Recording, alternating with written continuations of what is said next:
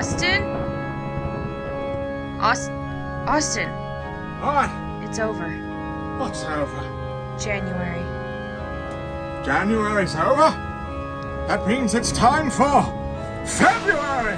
What is up, Flick fans? Welcome back to my channel. We are counting down that time of the month where we talk about the best and worst movies, and it's January, so it's going to be a little lopsided. We're going to talk about all of the films that I was able to watch, and of course, I missed some, and others I saw back in December. So these are just the films that got a wide release that I was able to see. I need you guys down below. What was your favorite movie of January? Which movie did I miss? And if you like this series, be sure to drop your thumbs up down below. Let's get into Harry Potter! This is the Harry Potter special, a film that I wasn't able to review on this channel, but I wish I would have. I finally saw it, and I absolutely loved it. I had a great time revisiting this world. There were so many great moments between the characters. There were so many stories that we were able to hear, and just seeing our main trio back on screen together again, but then getting the In Memoriam segment and all of the nice things. You've got freaking Gary Oldman showed up. It was just a really cool thing. It definitely left some things on the table. It gave us a lot of these flashback scenes, and we saw a lot of old along with the new, but maybe I wanted even more new. Maybe I wanted even more personal discussions with the cast instead of giving us the standard interview type things that we get in these documentaries. Regardless, looking at the structure, I really love the content that we were able to get, and as a massive Harry Potter fan, this was a great experience and really a great way to start out 2022. Munich, The Edge of War. This film came out on Netflix, and it actually provided a lot of things that I thoroughly enjoyed. From the cast, which is great, the cinematography was super well done, the story itself is interesting. It is based on a book, based around a true story. There are some really heavy moments in this film, dialogue-heavy moments all throughout the movie. It's not necessarily an action film. It's a period piece taking place at a time in history where things were going down. You have two friends that go in completely different directions, and one in Britain, one in Germany. You get an appearance by Hitler in this movie. I thought that performance was really great. My biggest issue with this is the fact that it is maybe too dialogue-heavy, and the progression of the story took a long time, and I think the movie itself is too long. So for all of those reasons, I had trouble staying invested, but the elements are there, and the recipe makes for what a lot of people will consider a nice film. So I think it's okay, but I could see how a lot of people would go even higher than that. Let's move into the Ice Age Adventures of Buck Wild. And listen, you saw my review yesterday, very quick review, because there's just not a lot to talk about with this movie. It took a massive step down from an already heavily declining franchise. It got started out on such a great note, and it's not just because I have nostalgia for the first film. You go back and watch that first movie, it's genuinely sweet. And even the timely animation that wasn't maybe the best amongst all of the studios, it still worked, right? It took a massive step down in this film in 2022. It just looks cheap now. It looks like they didn't put a lot of effort into it. I love the fact that they have Simon Pegg in the lead role. I think he's good as Buck Wild. And prior to him coming on screen, I'm sitting there like rolling my eyes because they even replaced most of the voice cast. Ray Romano, like, it just didn't work. Nothing about this movie worked. I had a terrible experience watching it, and maybe that's because I am a hardcore fan of the franchise, so may not be too bad for kids, but I even find kids losing interest.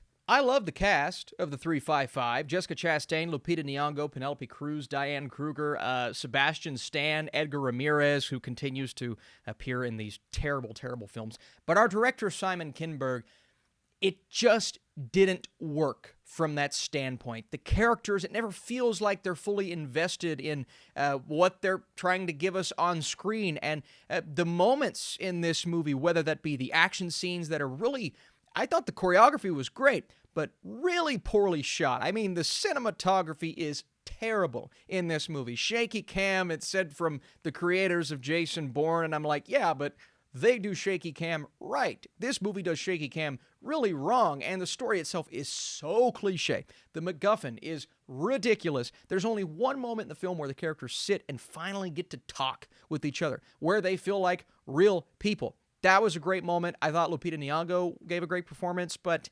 otherwise, there was not much from this film that I took home with me, other than a cast that gave a couple of great scenes to us. And that's why I'm putting this film on the bad tier. This was just a really poor start to the action genre in 2022. Sex appeal. You get it? Because it's an app about sex. This is one of those films all about a girl, a teenager, with a tendency towards perfectionism. She enlists her friend Larson to help her prepare for her first time with her long-distance boyfriend. Avery is a compelling character, but it's not necessarily a character you can relate to because everything that happens to her, at least she feels, is perfect, right? Her life is perfect. So when she encounters this problem, like, okay, how do I do the sex? That becomes an issue for her. So her best friend, who is clearly in love with her, she says, hey, can I practice with you? And that creates this quirky romantic comedy with teenagers.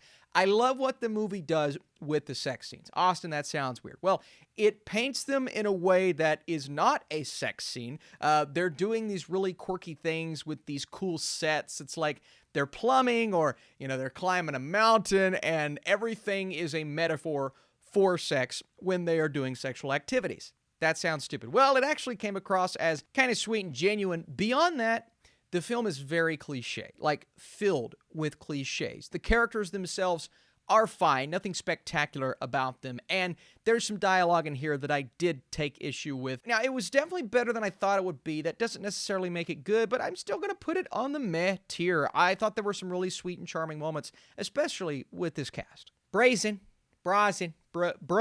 no, whatever you want to call it, Alyssa Milano is in this film. It's about a mystery writer named Grace Miller. She has killer instincts when it comes to a motive, and she'll need every bit of expertise to solve her sister's murder that she's really sad about for about 5 minutes, and then she gets over it.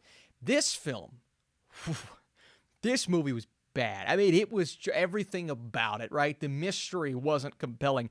The acting is terrible. And I actually think this director, there's some pretty good elements when it comes to all of the filmmakers and writers involved. So I'm like, what happened here? What happened with this movie?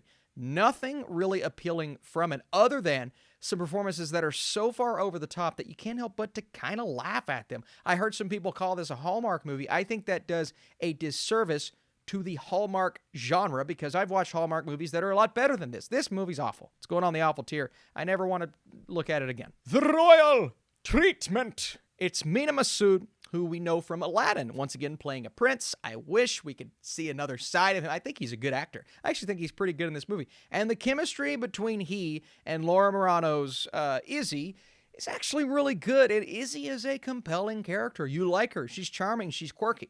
The problem is the movie. The movie surrounding them is just silly. I mean, it's too silly. Sometimes I like silly. Sometimes silly works. And even in this Netflix romantic comedy genre, we've seen silly work just last year in a romantic comedy. But this time around with these Prince Charming type movies that basically take, a fish out of water Princess Diary situation, except they are applying it to a different type of story. But you see the romance coming from a mile away. That's fine with a film like this, but it's the editing and some of the dialogue and some of the side characters and some of the accents in this movie. I just couldn't get past all of those really cringeworthy things. Because of that, it's going on the bad tier. A somewhat intense drama on Netflix called The Wasteland feels like a post-apocalyptic thriller, almost at times. Lucia and her son live isolated from society in a flat place where there's practically no life. The small family unit formed by a mother and son hardly ever receives visitors, and their goal is to lead a quiet existence. At first they succeed, but the appearance of a mysterious, violent creature that starts stalking their small house will put the relationship that unites them to the test. But a lot of this movie is not focused on the intensity and kind of the scares that come from those moments, which the movie tries to do jump scares, but the moments that really worked is when the camera focuses on something in the background, and it's the imagery that gets you. I liked those elements of this film. But instead of giving us a lot of that, we just get a tiny bit of it, whereas most of the movie is just kind of this woman training her son for what's to come. And from that, we get a compelling relationship, but the buildup is not compelling. It's the relationship that comes from those scenes. So overall, I was disappointed because the first 2 acts of this movie were just a bit too slow. Love the imagery at times, and I actually thought the cinematography was really well done. It's the story that I take issue with. It almost feels like it could have and should have been a short film, and because of that, I'm putting this on the meh tier. It could have been worse for sure, but I wish the story was more compelling. The King's Daughter. I'm going to call it with the accents. This is a movie that's actually been in the works for around 7 years. And you can see why when you're watching it, because it's so jumbled and just kind of pieced together. It feels like a bunch of scenes that people just threw at you. The editing, it's some of the worst editing I've seen in years in this film. But there is a nice, compelling fantasy film in there somewhere. You got to peel back the layers to find it. Pierce Brosnan plays a king, so that's kind of cool. And it's all about this king who brings in his daughter, who forms a relationship with this mermaid. But of course, the king wants to harness the mermaid for her ability to live forever. She has powers. And again, it's kind of interesting, but you throw in a romance, it's just like a fine. The chemistry was good, but the story itself was meh. And then some drama that's not very dramatic, some action scenes that aren't very well done action scenes. It's a movie that I've seen 1,000 times before. The acting was actually pretty good from the main 3 or 4 characters. It's just not a good movie, and that's why I'm going to put it on the bad tier.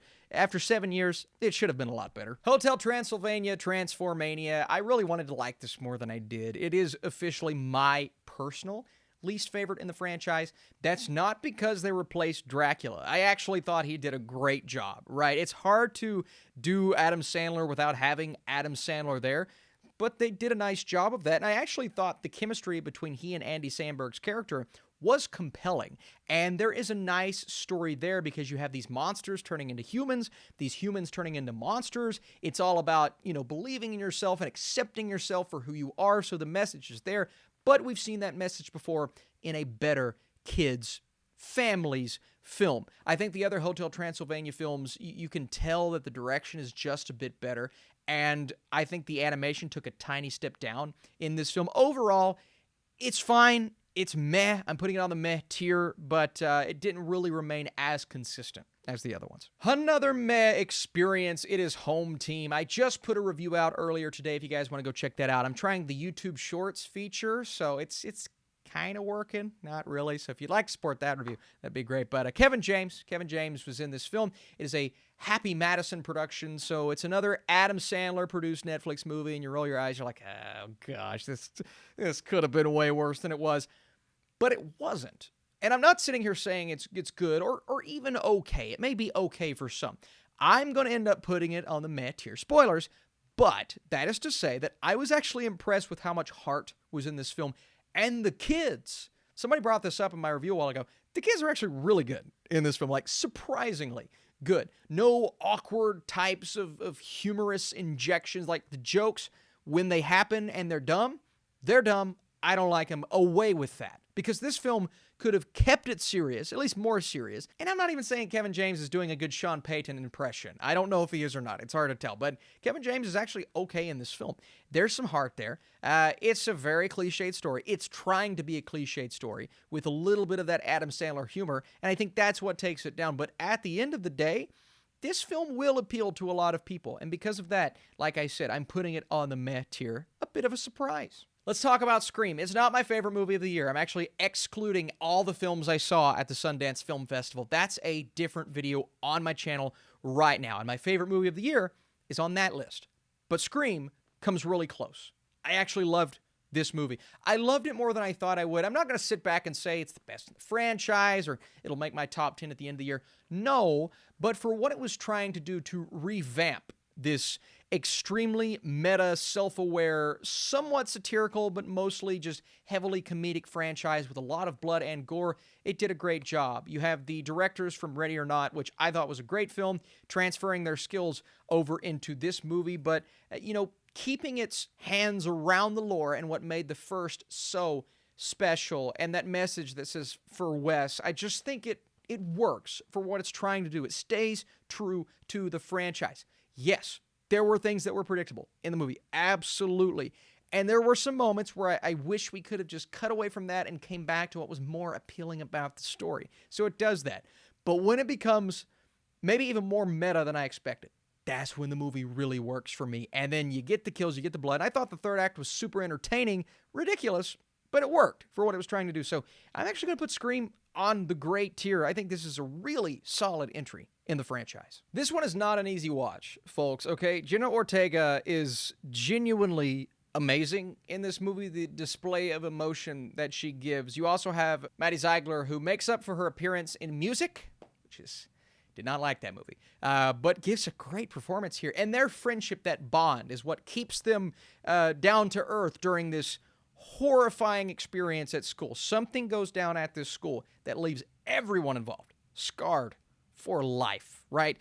And this is true. This is very heavy. It is a similar-ish type of experience as a viewer to Mass, because they're not necessarily showing you what's happening. They're showing you the fallout of that, but this film is very different, obviously, from the perspective of a child that had to go through that. So a beautifully constructed movie in that regard, and I think the filmmaking here is genuinely wonderful. It's just a wonderful movie from top to bottom. Now, the ending, I think, has a lot of people talking. What does it mean necessarily? I didn't mind it at all. And I actually thought it ended in a spot that felt real, it felt true for what it was trying to be. But, you know, the overall pacing, I think, could have been just a little bit better. Maybe some more confirmation at the end. I think that could have worked. There's a great scene with Ortega's character and her father where she's just letting out all the emotions that she's keeping in. It's like there's nobody to talk to. Shailene Woodley plays someone that she's able to talk to in this film, but even then, it's just hard, but you get to see that through the filmmaking, the fallout. I think it's a great movie on HBO Max right now. All those things being said, I'm putting it on the great tier. All right, guys, you know what time it is. It's time to rank these movies. Let's do it. At the bottom, yeah, Ice Age was not good, but it was definitely better than Brazen. Woo, that is not a good movie.